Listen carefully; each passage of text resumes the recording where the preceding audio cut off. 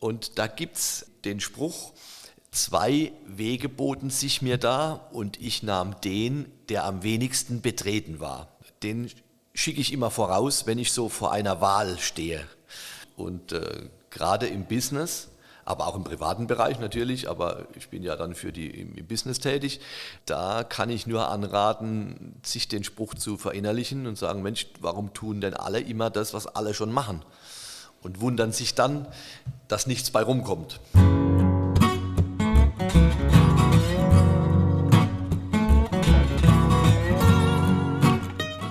Intermezzo, der Talk mit Menschen wie du und ich aus der Südpfalz.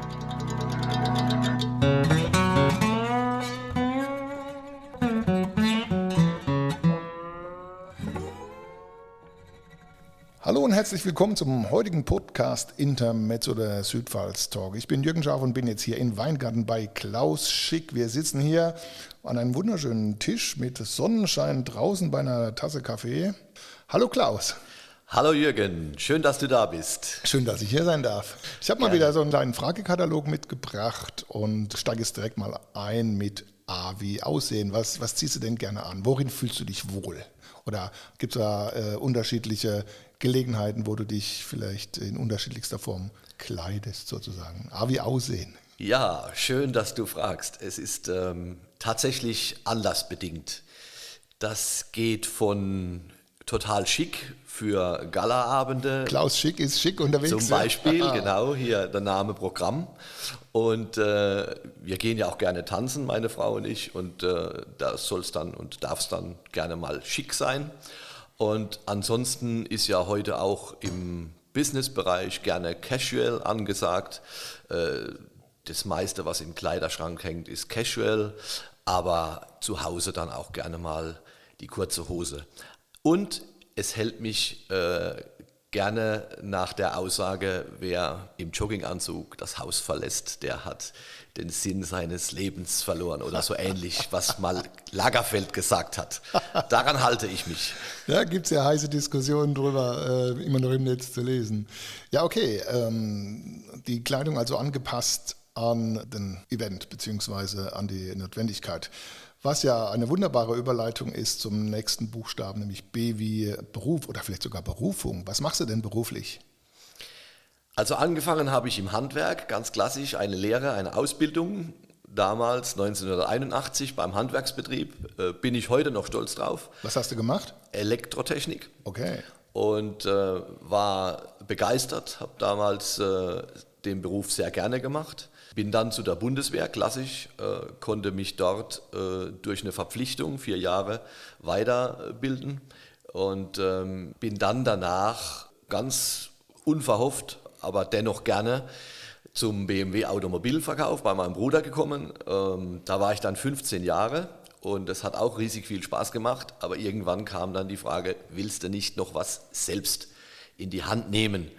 Und dann habe ich mich 2006 selbstständig gemacht, dann noch weitergebildet im Bereich Betriebswirtschaft des Handwerks bin ich, Betriebswirtschaftler des Handwerks und habe dann die Beratung aufgenommen für mittelständische Betriebe, was ich heute noch mache und da fühle ich mich jetzt wirklich sehr wohl.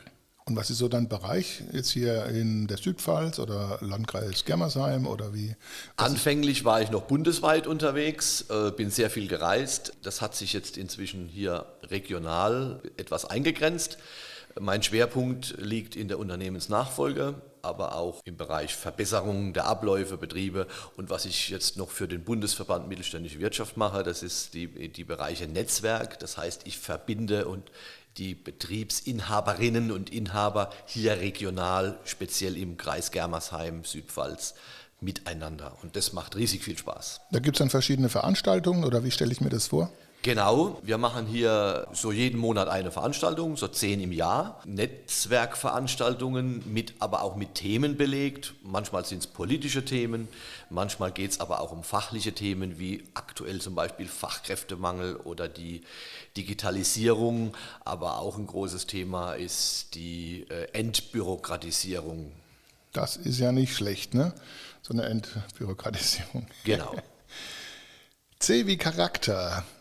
Wie würdest du denn deinen Charakter beschreiben? Du musst ja schon kommunikativ sein, ansonsten würde das mit dem Netzwerken ja nicht funktionieren. Oder was sagen andere über deinen Charakter? Absolut. Wir kennen uns ja jetzt schon bereits seit der 3. Klasse, meine ich, ja. Genau.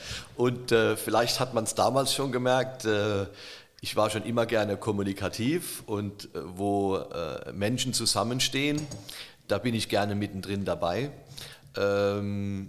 Moderationen machen mir riesig viel Spaß. Wenn du andere fragst, dann werden sie sagen, manchmal bin ich vielleicht auch so leicht, ich sag's mal pelzig, dippelschießerisch angehaucht. Das hindert mich auch manchmal am zeitlichen Ablauf. Da bleibe ich dann gerne zu lange in manchen Bereichen hängen, die ich gerne etwas flotter durchziehen möchte. Aber ansonsten sehr offen und ein offener Charakter und fühle mich mit und anderen Menschen sehr wohl. Bist du eher ein analoger oder ein digitaler Typ? Tatsächlich liegt mir das Digitale sehr und ich bin auch dabei, soweit es geht, Papier abzuschaffen zum Beispiel, also alles was Ablage angeht. Ich lasse mir alles per Mail senden und drucke auch ganz wenig aus.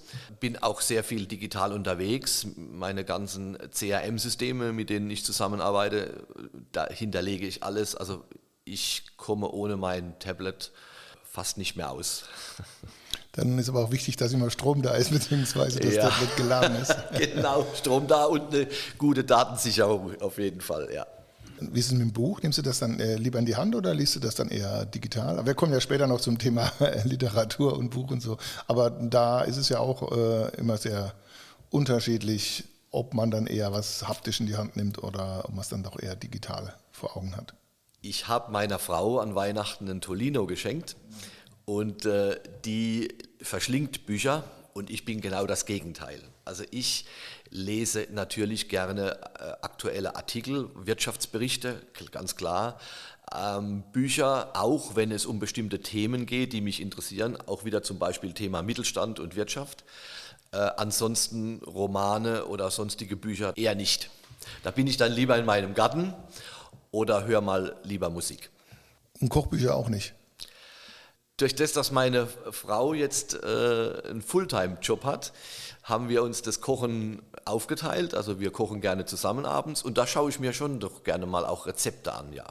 Das war nämlich die super Überleitung zu E wie Essen. Was isst du denn gerne? Hast du ein Lieblingsgericht? Und wenn ihr dann euch das aufteilt, was kochst du denn gerne? Also wir probieren gerne Neues aus.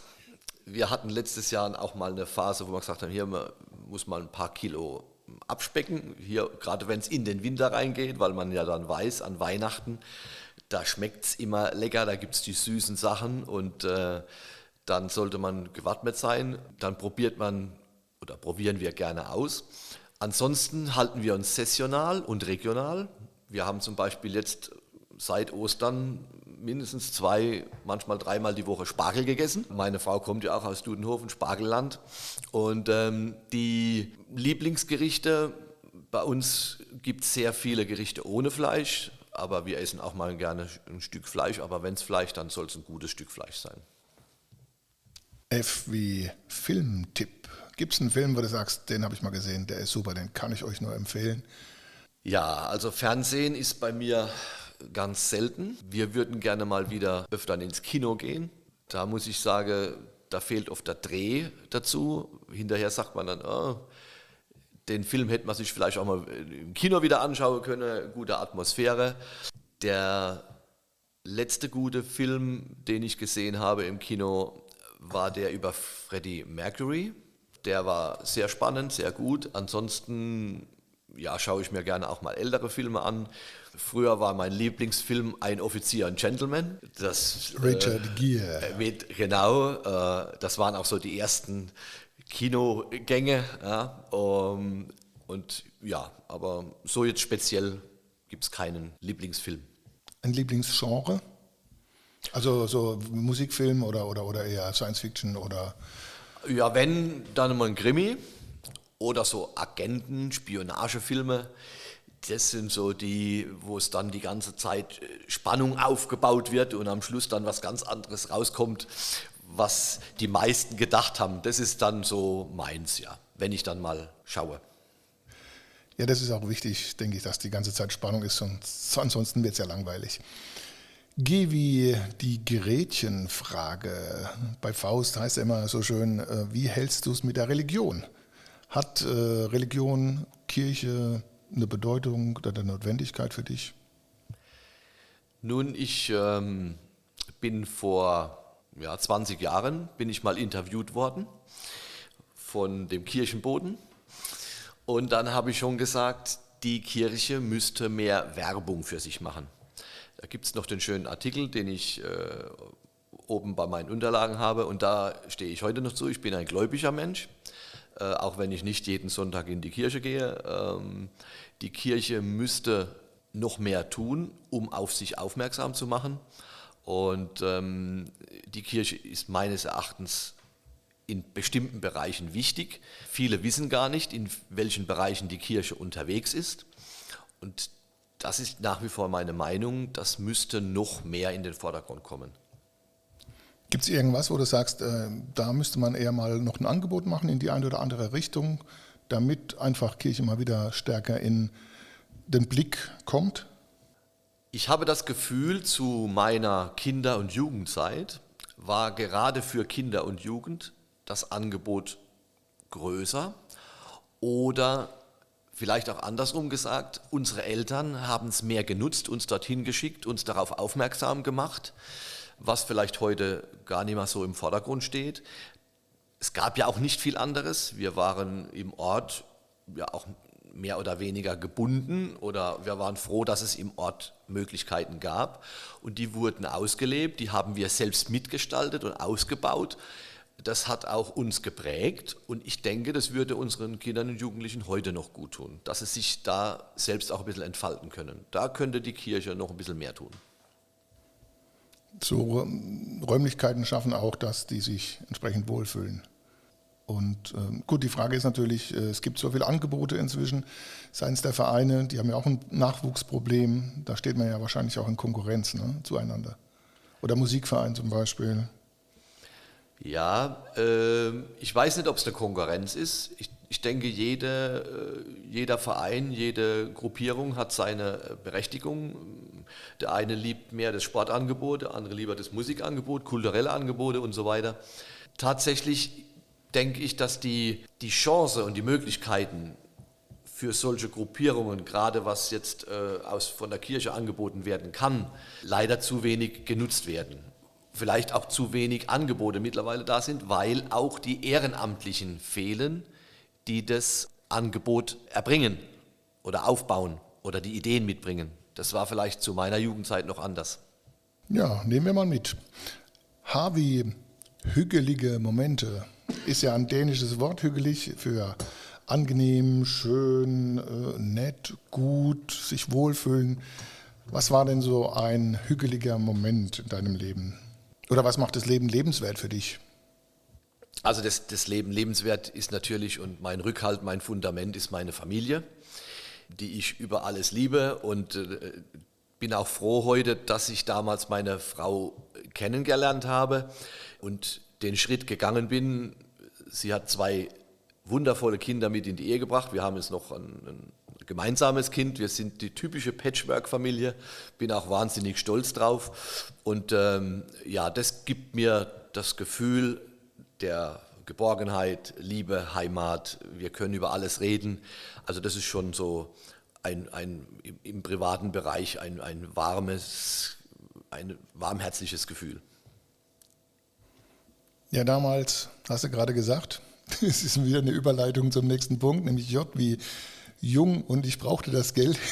Gab es da eine Situation, wo du sagst, ich habe es halt damals gemacht, weil es notwendig war.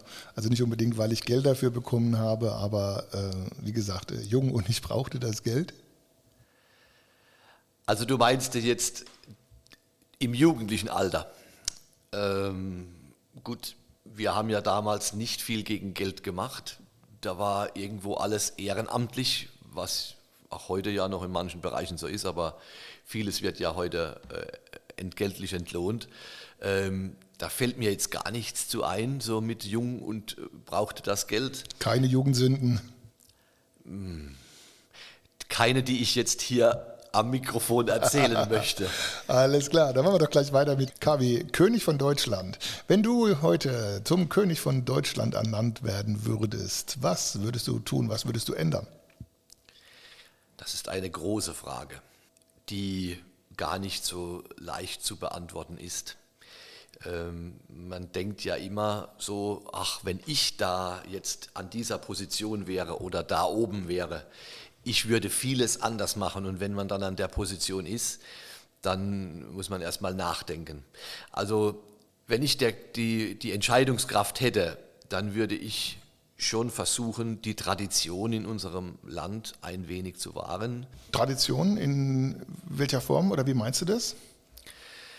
Ja, the good old Germany, sagt man ja.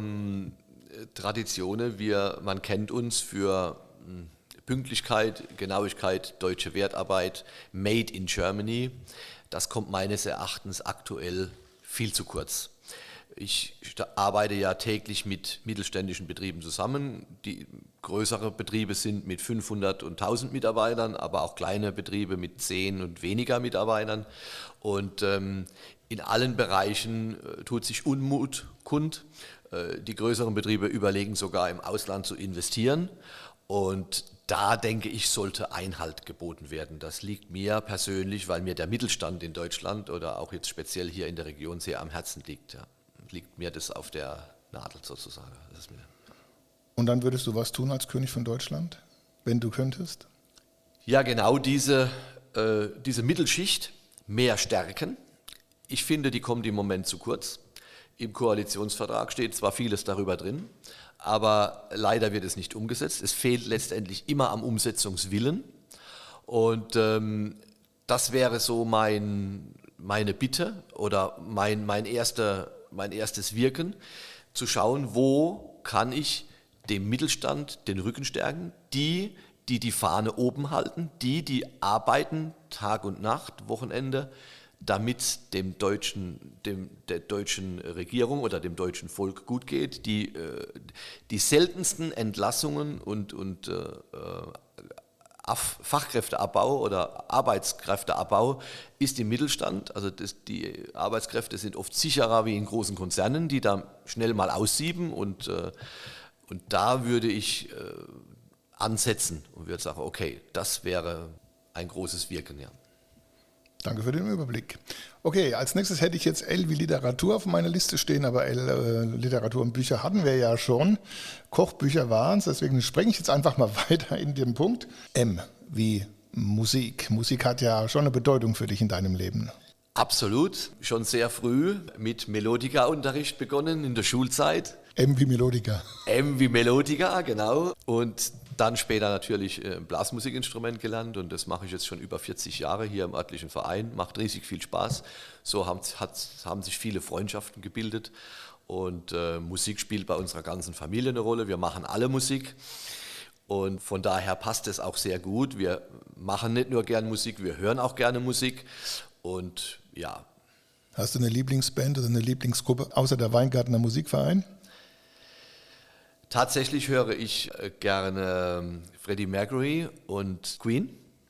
Bei mir ist es auch situationsbedingt. Es kann passieren, dass wenn ich von einem frustrierten Termin nach Hause fahre, dass ich dann mal Schlager drauf mache zum Mitsingen. Das befreit. Ich kann aber auch mich bei einem guten Whisky abends mal mit Kopfhörer hinsetzen und mir ein schönes klassisches Stück reinziehen. Also tatsächlich auch Jazz macht mir unwahrscheinlich Spaß. Alles in einem gewissen Bereich, zeitlichen Bereich meine ich. N wie Natur. Was ist für dich Natur? Wie wichtig ist für dich Natur? Für mich ist Natur sehr wichtig. Deswegen haben wir es damals auch vorgezogen, hier was ja ein elterlicher bäuerlicher Betrieb war, die Scheune hier umzubauen, abzureißen teilweise, weil wir da ein schönes Stück Grundstück dabei haben, was uns viel Natur zurückgibt. Ich würde gerne mehr Zeit in der Natur verbringen. Das hoffe ich, dass das jetzt mit zunehmendem Alter auch verstärkt, wenn mir die Gesundheit erhalten bleibt, passiert. Ich bin ein Naturmensch, bin gerne draußen im Wald, mache noch Holz für unseren Kamin. Wir haben eine schöne Gatte, da haben wir das eine oder andere noch angepflanzt, was so noch im Bereich des zeitlichen Ablaufes machbar ist. Und ja, ich bin auch einer, der die Natur pflegt. Bei uns wird auch nichts draußen weggeworfen oder so. Und das sehe ich nicht gerne, wenn ich draußen in der Natur bin, wie manche mit der Natur umgehen. Und hier auf dem Land hast du auch immer mal wieder einen wunderbaren Gockel im Hintergrund, der ab und zu hören ist und kräht. Ich hoffe, er ist nicht allzu früh unterwegs. Ja, das kommt auf die Stimmung des Gockels an, glaube ich. Also der hat seine unterschiedlichsten Zeiten. In dem Kontext würde so mancher sagen, oh mein Gott, was wieder eine furchtbare Überleitung zum nächsten Punkt ist. Oh mein Gott, was würdest du sagen, ist momentan für dich so erschreckend oder furchtbar oder vielleicht auch komisch? Gut, klar, wir sind ja jetzt, wir haben ja Corona noch einigermaßen, wenn ich jetzt sage gut überstanden, dann werden einige Hörerinnen des Podcasts sagen, naja, ich habe jemand verloren, tragisch, jemand gestorben oder Nachfolgekrankheit aus diesem Teil, aber ich sage dann immer, es hätte noch schlimmer kommen können. Wir haben aber jetzt aktuell, und das ist für mich noch viel schlimmer, ist diese Kriegssituation, die herrscht. Da ist meine Meinung, wird noch zu wenig getan, um zu vermitteln. Es fühlt sich im Moment niemand angesprochen, habe ich so das Gefühl. Hier zunächst mal einen Waffenstillstand, wie man das aus so Kriegsgeschichten kennt, herbeizuführen, um zu verhandeln, um zu schauen. Jetzt sagt jeder, naja, mit Kriegsverbrechern verhandelt man nicht. Doch, man muss verhandeln, sonst wird zumindest kein schneller Stillstand der Waffen herbeigeführt. Und da muss ich sagen, das ist, oh mein Gott, warum wird hier nicht mehr getan? Mhm. Schwer die Überleitung zum nächsten Punkt. P wie Passion. Es geht um Leidenschaft. Wofür brennst du? Was ist deine Leidenschaft? Also, da muss ich sagen, ganz klar, nach meiner Familie, mein Job für den Mittelstand, da fühle ich mich richtig wohl und wenn ich dann noch ein gutes Feedback bekomme und sehe, wie sich die Menschen untereinander vernetzen oder was dabei entstehen kann, welche Projekte, das ist so, da bin ich jetzt angekommen, muss ich sagen, das ist so meine Passion in dem Bereich Training, Coaching und Networking. Gibt es noch ein Hobby, wo du sagst, das gehört auch dazu? Ja, das ist die Musik, wie schon angesprochen, und die Leidenschaft, meinen Gatten, das sind so die beiden starken privaten. Jetzt der nächste Punkt wäre ein Q. Q wie Qual der Wahl. Hast du dich mal entscheiden müssen zwischen zwei Dingen, ist ja nicht immer so leicht dann, wo du sagst, oh, muss das jetzt sein, muss ich mich jetzt für A oder für B entscheiden? Gab es da so eine Situation oder gibt es so eine Situation? Also ich denke, solche Situationen gibt es öfter, wo man sich entscheiden muss, gehst du links rum oder gehst du rechts rum, sagst du ja oder nein. Manchmal gibt es solche Situationen, wo ein vielleicht oder ein schauen wir mal nicht angebracht ist. Ich habe mal, jetzt sind wir wieder kurz beim Film, den Film gesehen, Club der Toten Dichter. Und da gibt es den Spruch, 2 Wege boten sich mir da und ich nahm den, der am wenigsten betreten war. Und der Leitspruch, den schicke ich immer voraus, wenn ich so vor einer Wahl stehe. Da muss ich sagen, der hat mich damals, als ich den Film gesehen habe, geprägt. Den baue ich auch sehr oft in meine Workshops und Seminare mit ein. Ist auch ein schöner Spruch und macht das Ganze auch viel interessanter, ne? So einen Weg zu beschreiten, der noch nicht so ausgetreten ist. Ne? Absolut. Und gerade im Business, aber auch im privaten Bereich natürlich, aber ich bin ja dann im Business tätig, da kann ich nur anraten, sich den Spruch zu verinnerlichen und sagen, Mensch, warum tun denn alle immer das, was alle schon machen? Und wundern sich dann, dass nichts bei rumkommt. Mhm. Nächster Punkt, R wie Reisen. Du reist ja gerne. Ihr wart gerade erst in Norwegen, wenn ich das richtig in Erinnerung habe. Ja, sehr schön. Was ist denn so dein Liebling? Hast du ein Lieblingsziel oder ein Lieblingsland oder wie ist es bei dir in Sachen Reisen? Also ein Lieblingsland ist Italien. Wir lieben die Toskana, waren dort schon öfter, haben dort auch eine Familie, bei denen wir immer sind. Die haben so eine kleine Pension. Meine Frau kann ein wenig Italienisch, das ist natürlich ein Vorteil, kann man sich mit denen auch gut verständigen, ansonsten geht es ja auch mit Englisch. Reisen, ja, wir waren letztes Jahr bei unserer Tochter in Amerika, haben die besucht, die hat ihren Abschluss gemacht, da wollten wir natürlich dabei sein bei der Doktorwürdeverleihung und sind dann noch einen Abstecher nach Kanada zu einem Freund. Und ansonsten, ja, Lieblingsland Italien und Reisen gerne dahin, wo ich noch nicht war. Das war das mit den Wegen, ne? Genau. Genau.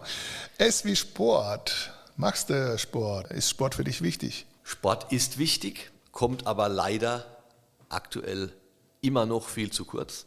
Ich habe versucht vor 2 Jahren, war vor Corona schon und dann war ja ein Stillstand, habe ich versucht wieder den Draht zum Tennis zu bekommen. Aber leider bin ich viel zu selten auf dem Platz und das möchte ich gerne ändern, habe aber im Moment noch kein Dreh wie. Wichtig ist es ja nicht nur beim Sport zu trinken, deswegen kommen wir zum Punkt T wie Trinken. Was trinkst du denn gerne? Ja, hast du ein Lieblingsgetränk? Ja, beim Getränk bin ich jetzt so natürlich ein typischer Pfälzer. Ein guter Wein, der Weiß wird oder bei rot? uns nicht alt, außer er muss etwas reifen, damit er besser schmeckt. Weiß oder rot? Auch wieder anlassbedingt, mehr weiß. Aber wenn ich einen guten Käse habe, auch mal oder ein gutes Stück Fleisch, auch mal einen guten Rotwein. Ansonsten im Sommer auch mal gerne eine Scholle. Und dann, wie vorhin schon erwähnt, auch mal gerne einen guten Whisky. Mit guter Musik, ne? Mit guter Musik. Genau. Wie unbedingt. Was muss denn unbedingt für dich sein? Gibt es irgendeine Sache, die absolut notwendig ist, damit das Leben gut ist, zum Beispiel? Ja, also ich könnte jetzt abkürzen und könnte sagen Eintracht und Zufriedenheit, das ist das oberste Gebot. Dann kommt so manches von alleine, aber für mich gehört auch noch Geradlinigkeit, Rückgrat, das sind so die Eigenschaften, die ich auch gerne mit an den Tag lege und die ich oft auch von den anderen Menschen etwas erwarte oder was, anders gesagt, oft zu kurz kommt. Da wären wir wieder bei den Eigenschaften, wenn ich König von Deutschland wäre. Zu sagen, hier, bezieht euch mal drauf, das Rückgrat oder die Charaktere zu stärken. Ja. Vieles wird bei uns so lasch angesehen und so drüber hinweg. Und naja, das geht schon irgendwie und das ist nicht mein Stil. Da passt jetzt vielleicht sogar der nächste Punkt dazu. V wie Vision. Hast du eine Vision? Eine Vision fürs Leben, eine Vision für dein Leben, für euer Leben oder für die Gesellschaft? Oh, auf die Frage war ich gar nicht vorbereitet. Wobei ich war auf keine Frage vorbereitet, wenn ich es mal so sagen möchte. Aber Vision, nee, im Moment kann ich dir gar nichts zu sagen. Keine Vision, nach dem Motto, wer Vision hat, sollte zum Arzt gehen. Ja, genau. Wie mein Bundeskanzler gesagt hat. Okay, genau. Aber dann machen wir doch was Schöneres, was näher liegt, nämlich W wie Wohnen. Wir sitzen ja hier, hast du ja schon erwähnt vorhin, ihr habt die Scheune ausgebaut als Wohnhaus. Wie wohnst du, wo wohnst du und willst du so wohnen oder würdest du gerne vielleicht noch woanders wohnen? Wir wohnen ja hier in dem schönen Weingarten in der Pfalz. Ich liebe es hier zu wohnen. Oder wir lieben es hier zu wohnen und wir haben uns damals lange überlegt, bauen wir die Scheune weiter aus, übernehme ich das Elternhaus, ist ja noch ein Grundstück hinten dran, ist ja auch immer mit Auftrag, ich will jetzt gar nicht sagen Arbeit, aber mit Auftrag verbunden, das Ganze auch in Schuss zu halten und zu pflegen. Aber wir haben uns hier sehr gut mit dieser Entscheidung getan, dass wir die Scheune abgerissen haben oder da, wo die Scheune stand, jetzt wohnen, hier in zweiter Reihe. Dazu kommt, dass ich es bevorzuge, dass Ortskerne wiederbelebt werden, was wir damit ja auch gemacht haben. Und wir wohnen hier ländlich. Auch das ist für uns wichtig. Wenn wir wollen, können wir in 5 Minuten, 10 Minuten sind wir im Trubel, in den Städten. Hier, wir sind ja die Mittelpunktgemeinde, so hat der Herr Baumgartner mal geschrieben, zwischen Germersheim und Neustadt und Speyer und Landau. Wenn du da eine Linie ziehst, dann triffst du Weingarten. Und da lässt sich's gut leben, auch wetterbedingt. Da gibt es ja den Spruch. Ist aber schon ein bisschen schwül, ne? Ab und zu. Ab und zu, ja, aber die schweren Unwetter ziehen oft rechts oder links an uns vorbei. Ja, wir mögen es, wir kennen hier die Leute kennen uns. Wir haben hier den Lebensmittelpunkt auch mit Freundschaften und mit der Familie und von daher bewusst entschieden dafür. Und zu der Frage, ob man noch woanders wohnen möchte. Wir waren ja jetzt in Skandinavien und ich weiß, dass du natürlich ein riesen Skandinavien-Fan bist. Und das wäre vielleicht so eine Alternative, muss ich schon sagen. Und oder / Italien. Alternative, warum? Das interessiert mich jetzt natürlich als Schwedophiler sozusagen. Also wir haben jetzt auch dort die Menschen kennengelernt. Die sind gut drauf, zumindest denen wir begegnet sind. Wir haben das Klima kennengelernt. Na gut, jetzt kann man von einer Woche noch nicht davon reden, aber man bekommt es ja auch so mit durch Medien oder auch durch dich. Ja, du erzählst ja auch sehr gerne und schwärmst davon. Und da muss ich sagen, dann befasst man sich auch mal mehr damit. Und gerade jetzt, wenn man auch dort war. Und das hat uns schon gefallen. Ja, vielleicht gibt es ja nochmal mehr die Möglichkeit, öfters mal dort zu sein. Okay, jetzt kommt ein blöder Buchstabe X und mir ist natürlich dazu das Wort Gesundheit, wie man so schön im Pfälzischen sagen könnte, Gesundheit eingefallen. Gesundheit, wichtig? Ja, schwer nach dem Motto BX, bleib gesund. Hoffen wir, dass uns, und toi toi toi, jetzt müsste ich auf Holz klopfen, hoffen wir, dass die Gesundheit noch lange uns erhalten bleibt und dass wir noch viel bewegen können und noch viel erleben dürfen und vielleicht auch dann mal auch familiär noch mit Enkelkindern leben können. Also Gesundheit ist das wichtigste Gut, weil sie ja schwer mit der Zeit zusammenhängt, die ja noch bleibt. Jeder weiß, wie lange Zeit er hatte, aber noch keiner weiß, wie lange er noch hat. Daher für mich das wichtigste Gut ist die Zeit und damit die Gesundheit. Und ja, hoffen wir, dass uns noch lange Gesundheit erhalten bleibt, dass wir noch viel bewegen können. Yes. Genau, yes. Das war doch super oder so. Gab es da so ein Erlebnis für dich, wo du mal sagen konntest, yes? Oder konntest du jemanden überzeugen von deiner Meinung? Ja. Da tatsächlich gibt es sehr viele Momente beruflich, aber den einen Moment privat, als ich damals meine Frau kennengelernt habe und sie hat gesagt, ja, aber sie war dann gleich am ersten Abend, als wir uns kennengelernt haben, hat sie gesagt, mich gibt es nur im Dreierpack, also ich habe noch 2 Kinder. Und da habe ich dann erstmal gedacht, hoppla, ja, willst du das? Aber dann hinterher, yes, richtig, so die Bäckerfaust, weil es dann doch die gute und beste Entscheidung war. Aus Hoppla wurde ein Yes. Genau. Ja, ist doch schön. Ja, Z zum Schluss. Wie würdest du dich vielleicht zusammenfassend beschreiben oder das, was dich ausmacht? Ja, zum einen, was mich ausmacht, ist, wenn jetzt mein Kumpel Michael Keller, der hier die Bäckerei hat, da wäre, würde er sagen, beim Spielen hat er schon immer was Neues anfangen wollen. Mich treiben immer neue Sachen um. Ich bin sehr neugierig. Vielleicht gibt es deswegen nicht den für manchen typischen Weg. Ich arbeite 40 Jahre in einem Beruf und bin dort glücklich. Das war für mich so immer das Umtreiben. Was gibt es noch? Was kann ich noch neu entdecken? Was kann ich noch machen? Und ich denke, dass ich das auch nicht ablegen werde und dass das so beibehalten wird. Und von daher hoffe ich, dass ich noch viele Inspirationen und Wege und Möglichkeiten finde, um meinen Lebensabend, der dann ja jetzt bald auch beginnt, noch gut bestreiten zu können. Vielen Dank für ein inspirierendes Gespräch. Klaus Schick hier in und von und aus Weingarten. Ich war Jürgen Schaaf. Vielen Dank fürs Zuhören bei unserem Podcast Intermezzo der Südpfalz Talk. Und am besten abonnieren und wieder reinschauen, wenn es in der nächsten Folge weitergeht. Mit interessanten Menschen aus der Nachbarschaft und das aus der Südpfalz. Auch dir vielen lieben Dank, Jürgen. Und wir sehen uns und euch allen Tschüss.